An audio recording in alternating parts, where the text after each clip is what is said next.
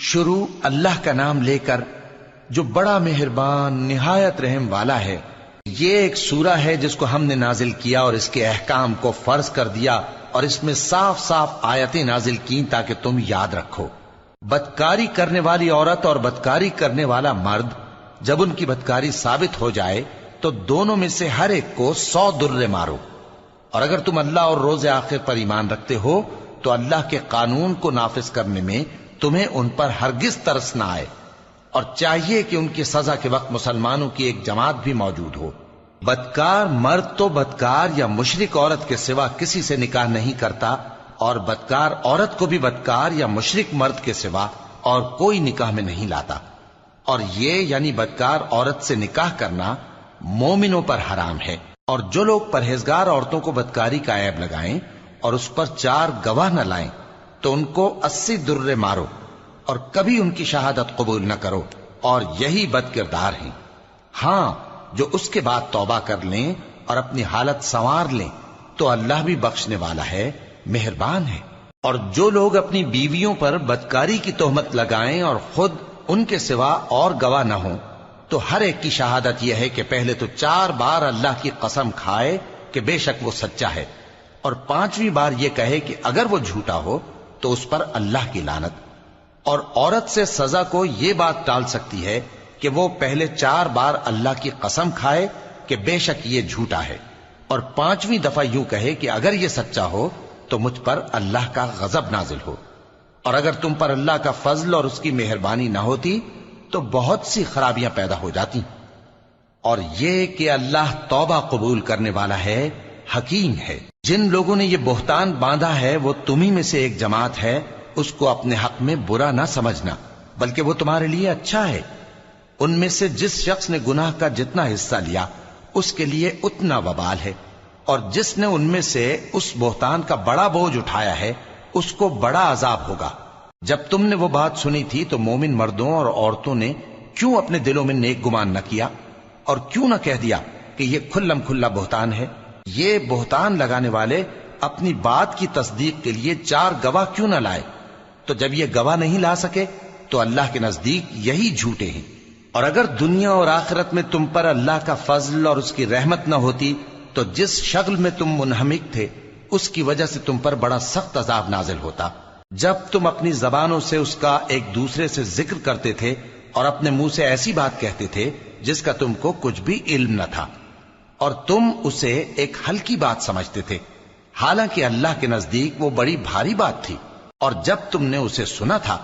تو کیوں نہ کہہ دیا کہ ہمیں شایع نہیں کہ ایسی بات زبان پر لائیں؟ پروردگار تو پاک ہے، یہ تو بہت بڑا بہتان ہے۔ اللہ تمہیں نصیحت کرتا ہے کہ اگر مومن ہو تو پھر کبھی ایسا کام نہ کرنا،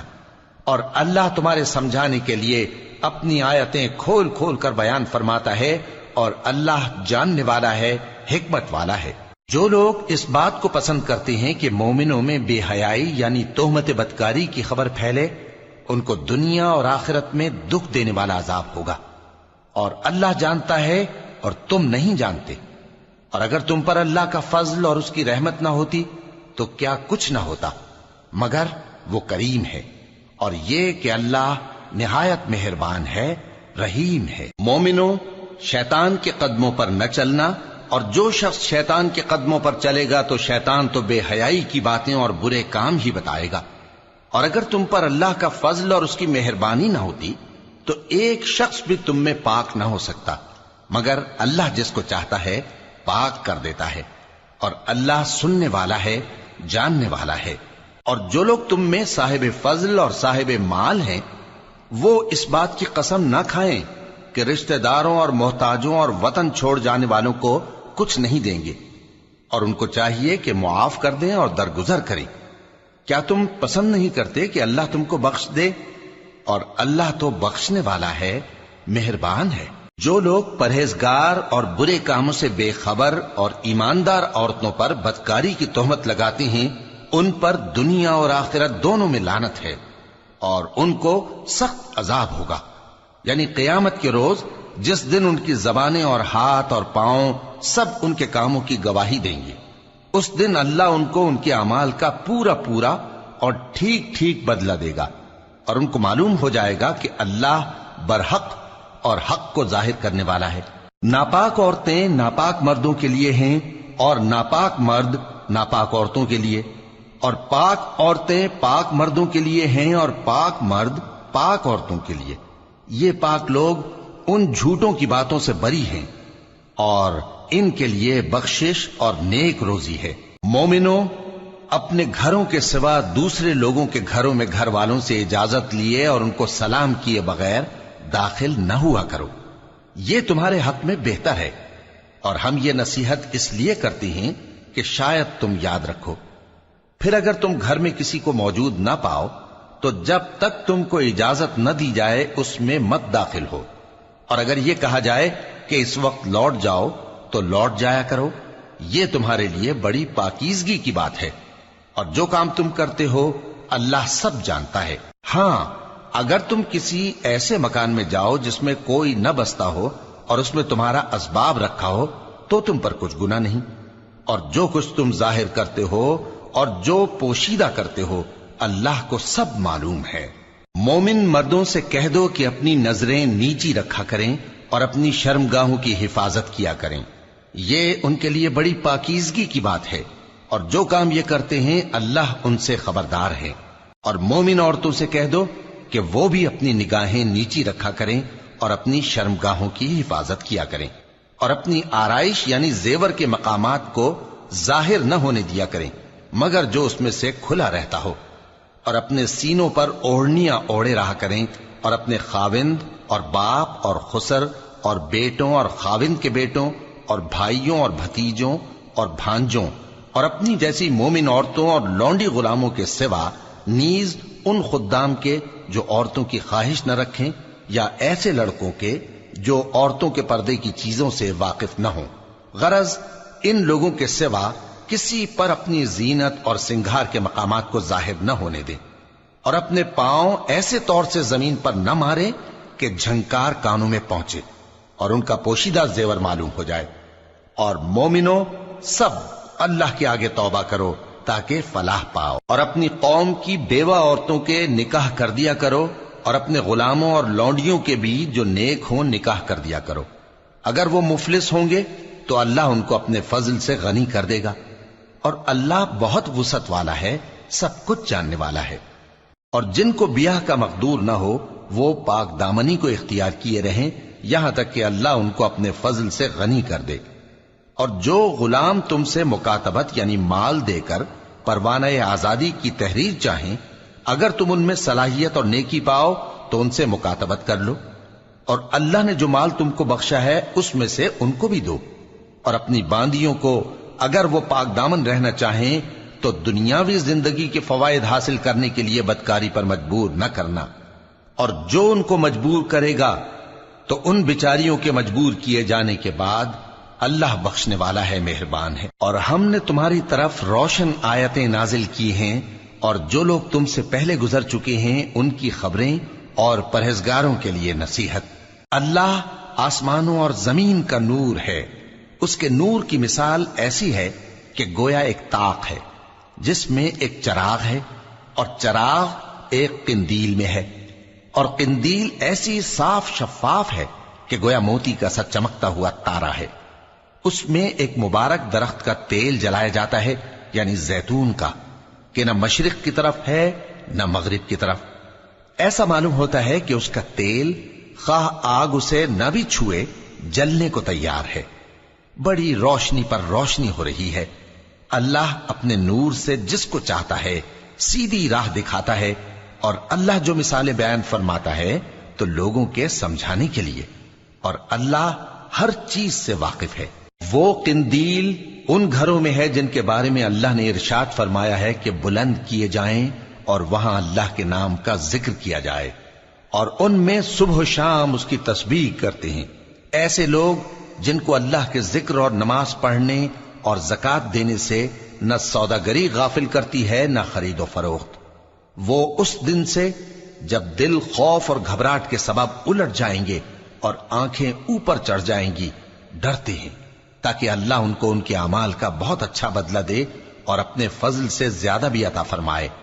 اور اللہ جس کو چاہتا ہے بے حساب رزق دیتا ہے۔ اور جن لوگوں نے کفر کیا ان کے اعمال کی مثال ایسی ہے جیسے میدان میں ریت کہ پیاسا اسے پانی سمجھے، یہاں تک کہ جب اس کے پاس آئے تو اسے کچھ بھی نہ پائے اور اللہ ہی کو اپنے پاس دیکھے تو وہ اسے اس کا حساب پورا پورا چکا دے، اور اللہ جلد حساب کرنے والا ہے۔ یا ان کے اعمال کی مثال ایسی ہے جیسے گہرے سمندر میں اندھیرے جس پر لہر چڑھی چلی آتی ہو اور اس کے اوپر اور لہر آ رہی ہو اور اس کے اوپر بادل ہو، غرض اندھیرے ہی اندھیرے ہوں، ایک پر ایک چھایا ہوا، جب اپنا ہاتھ نکالے تو کچھ نہ دیکھ سکے۔ اور جس کو اللہ روشنی نہ دے اس کو کہیں بھی روشنی نہیں مل سکتی۔ کیا تم نے نہیں دیکھا کہ جو لوگ آسمانوں اور زمین میں ہیں اللہ کی تسبیح کرتے رہتے ہیں، اور پر پھیلائے ہوئے پرندے بھی، اور سب اپنی نماز اور تسبیح کے طریقے سے واقف ہیں، اور جو کچھ وہ کرتے ہیں سب اللہ کو معلوم ہے، اور آسمان اور زمین کی بادشاہی اللہ ہی کے لیے ہے اور اللہ ہی کی طرف لوٹ کر جانا ہے۔ کیا تم نے نہیں دیکھا کہ اللہ ہی بادلوں کو چلاتا ہے، پھر ان کو آپس میں ملا دیتا ہے، پھر ان کو تہ بتہ کر دیتا ہے، پھر تم دیکھتے ہو کہ بادل سے مے نکل کر برس رہا ہے، اور آسمان میں جو اولوں کے پہاڑ ہیں ان سے اولے نازل کرتا ہے، تو جس پر چاہتا ہے اس کو برسا دیتا ہے اور جس سے چاہتا ہے ہٹا رکھتا ہے۔ اور بادل میں جو بجلی ہوتی ہے اس کی چمک آنکھوں کو خیرہ کر کے بینائی کو اچکے لیے جاتی ہے۔ اللہ ہی رات اور دن کو بدلتا رہتا ہے،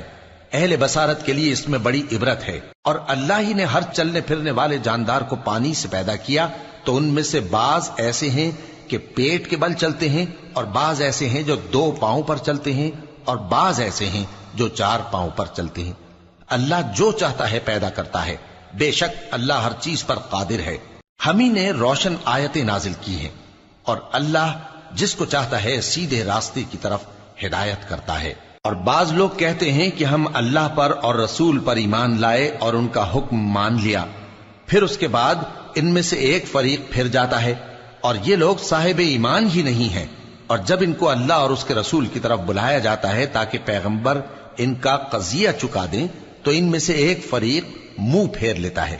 اور اگر ان کو حق ملتا ہو تو اس کی طرف قبول کر کے چلے آتے ہیں۔ کیا ان کے دلوں میں بیماری ہے، یا یہ شک میں ہیں، یا ان کو یہ خوف ہے کہ اللہ اور اس کا رسول ان پر ظلم کریں گے؟ نہیں، بلکہ یہ خود ہی ظالم ہے۔ مومنوں کی تو یہ بات ہے کہ جب اللہ اور اس کے رسول کی طرف بلائے جائیں تاکہ وہ ان میں فیصلہ کریں تو کہیں کہ ہم نے حکم سن لیا اور مان لیا، اور یہی لوگ فلاح پانے والے ہیں۔ اور جو شخص اللہ اور اس کے رسول کی فرما برداری کرے گا اور اس سے ڈرے گا اور اس کا تقوی اختیار کرے گا تو ایسے ہی لوگ مراد کو پہنچنے والے ہیں۔ اور یہ اللہ کی سخت سخت قسمیں کھاتے ہیں کہ اگر تم ان کو حکم دو تو سب گھروں سے نکل کھڑے ہوں۔ کہہ دو کہ قسمیں مت کھاؤ، پسندیدہ فرما برداری درکار ہے، بے شک اللہ تمہارے سب اعمال سے خبردار ہے۔ کہہ دو کہ اللہ کی فرما برداری کرو اور رسول کے حکم پر چلو، اگر منہ موڑو گے تو رسول پر اس چیز کا ادا کرنا ہے جو ان کے ذمے ہے، اور تم پر اس چیز کا ادا کرنا ہے جو تمہارے ذمے ہے۔ اور اگر تم ان کے فرمان پر چلو گے تو سیدھا رستہ پالو گے، اور رسول کے ذمے تو صاف صاف پہنچا دینا ہے۔ جو لوگ تم میں سے ایمان لائے اور نیک کام کرتے رہے ان سے اللہ کا وعدہ ہے کہ ان کو ملک کا حاکم بنا دے گا، جیسا ان سے پہلے لوگوں کو حاکم بنایا تھا، اور ان کے دین کو جسے اس نے ان کے لیے پسند کیا ہے مستحکم و پائیدار کرے گا، اور خوف کے بعد ان کو امن بخشے گا۔ وہ میری عبادت کریں گے اور میرے ساتھ کسی چیز کو شریک نہ بنائیں گے، اور جو اس کے بعد کفر کرے تو ایسے ہی لوگ بد کردار ہیں۔ اور نماز پڑھتے رہو اور زکوٰۃ دیتے رہو اور پیغمبر کے فرمان پر چلتے رہو تاکہ تم پر رحمت کی جائے، اور ایسا خیال نہ کرنا کہ کافر لوگ ہم کو زمین میں مغلوب کر دیں گے، ان کا ٹھکانہ دوزخ ہے اور وہ بہت برا ٹھکانہ ہے۔ مومنوں، تمہارے باندی غلام اور جو بچے تم میں سے بلوغ کو نہیں پہنچے 3 دفعہ یعنی 3 اوقات میں تم سے اجازت لیا کریں، ایک تو نماز فجر سے پہلے، اور دوسرے گرمی کی دوپہر کو جب تم کپڑے اتار دیتے ہو، اور تیسرے عشاء کی نماز کے بعد۔ یہ 3 وقت تمہارے پردے کے ہیں، ان کے آگے پیچھے یعنی دوسرے وقتوں میں نہ تم پر کچھ گناہ ہے اور نہ ان پر کہ کام کاج کے لیے ایک دوسرے کے پاس آتے رہتے ہو۔ اس طرح اللہ اپنی آیتیں کھول کھول کر بیان فرماتا ہے، اور اللہ بڑا علم والا ہے، بڑا حکمت والا ہے۔ اور جب تمہارے لڑکے بالغ ہو جائیں تو ان کو بھی اسی طرح اجازت لینی چاہیے جس طرح ان سے اگلے یعنی بڑے آدمی اجازت حاصل کرتے رہے ہیں۔ اس طرح اللہ تم سے اپنی آیتیں کھول کھول کر بیان فرماتا ہے، اور اللہ جاننے والا ہے، حکمت والا ہے۔ اور بڑی عمر کی عورتیں جن کو نکاح کی توقع نہیں رہی اور وہ زائد کپڑے اتار کر سر ننگا کر لیا کریں تو ان پر کچھ گناہ نہیں، بشرطے کہ اپنی زینت کی چیزیں نہ ظاہر کریں، اور اگر اس سے بھی بچیں تو یہ ان کے حق میں بہتر ہے، اور اللہ سنتا ہے، جانتا ہے۔ نہ تو اندھے پر کچھ گناہ ہے، اور نہ لنگڑے پر، اور نہ بیمار پر، اور نہ خود تم پر کہ اپنے گھروں سے کھانا کھاؤ، یا اپنے باپ دادا کے گھروں سے، یا اپنی ماؤں کے گھروں سے، یا بھائیوں کے گھروں سے، یا اپنی بہنوں کے گھروں سے، یا اپنے چچاؤں کے گھروں سے، یا اپنی پھوپھیوں کے گھروں سے، یا اپنے ماموؤں کے گھروں سے، یا اپنی خالاؤں کے گھروں سے، یا اس گھر سے جس کی کنجیاں تمہارے ہاتھ میں ہوں، یا اپنے دوستوں کے گھروں سے۔ اور اس کا بھی تم پر کچھ گناہ نہیں کہ سب مل کر کھانا کھاؤ یا جدا جدا۔ پھر جب گھروں میں جایا کرو تو اپنے گھر والوں کو سلام کیا کرو، یہ اللہ کی طرف سے مبارک اور پاکیزہ تحفہ ہے۔ اس طرح اللہ اپنی آیتیں کھول کھول کر بیان فرماتا ہے تاکہ تم سمجھو۔ مومن تو وہ ہیں جو اللہ پر اور اس کے رسول پر ایمان لائے، اور جب کبھی ایسے کام کے لیے جو جمع ہو کر کرنے کا ہو پیغمبر کے پاس جمع ہوں تو ان سے اجازت لیے بغیر چلے نہیں جاتے۔ اے پیغمبر، جو لوگ تم سے اجازت حاصل کرتے ہیں وہی اللہ پر اور اس کے رسول پر ایمان رکھتے ہیں، سو جب یہ لوگ تم سے کسی کام کے لیے اجازت مانگا کریں تو ان میں سے جسے چاہا کرو اجازت دے دیا کرو، اور ان کے لیے اللہ سے بخشش مانگا کرو، کچھ شک نہیں کہ اللہ بخشنے والا ہے، مہربان ہے۔ مومنو، پیغمبر کے پکارنے کو ایسا خیال نہ کرنا جیسا تم آپس میں ایک دوسرے کو پکارتے ہو، بے شک اللہ کو وہ لوگ معلوم ہیں جو تم میں سے آنکھ بچا کر کھسک جاتے ہیں۔ تو جو لوگ ان کے حکم کی مخالفت کرتے ہیں ان کو ڈرنا چاہیے کہ ایسا نہ ہو کہ ان پر کوئی آفت پڑ جائے